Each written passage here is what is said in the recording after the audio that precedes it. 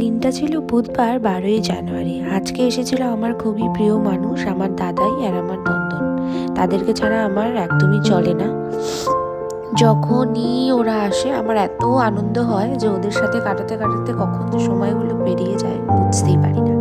দেখো ওরা কিন্তু এখানে বসে বসে সবাই গল্প করছিল। আমি আমার দিদাকে একটু চুলটা কার্ল করে দিয়েছি, কি খুশি দেখো, কিছুই বোঝে না উনি, কিন্তু কি খুশি।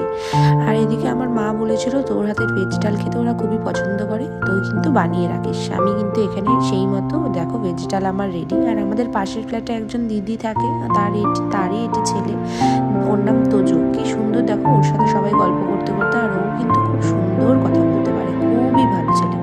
আর এখানে চা বানিয়ে দিলাম। তারপর আমি কিন্তু আমার মায়ের কাছে এসেছিলাম। দেখো এখানে আমার মা বেগুনি ভাজা স্টার্ট করে দিয়েছে। আমার মা কিন্তু ওইদিকে সবাইকে খেতেও দিয়ে দিয়েছিল এক এক করে। তারপরে দেখো এই যে আমার মার সাথে একটু গল্প করে নিচ্ছিলাম। আর হ্যাঁ, তোমাদের যদি আজকের এই ব্লগটা আমার ভালো লেগে থাকে তাহলে অবশ্যই লাইক, কমেন্ট, শেয়ার করো। আর হ্যাঁ, সাবস্ক্রাইব করতে কিন্তু একদমই ভুলো না। Tata, bye bye.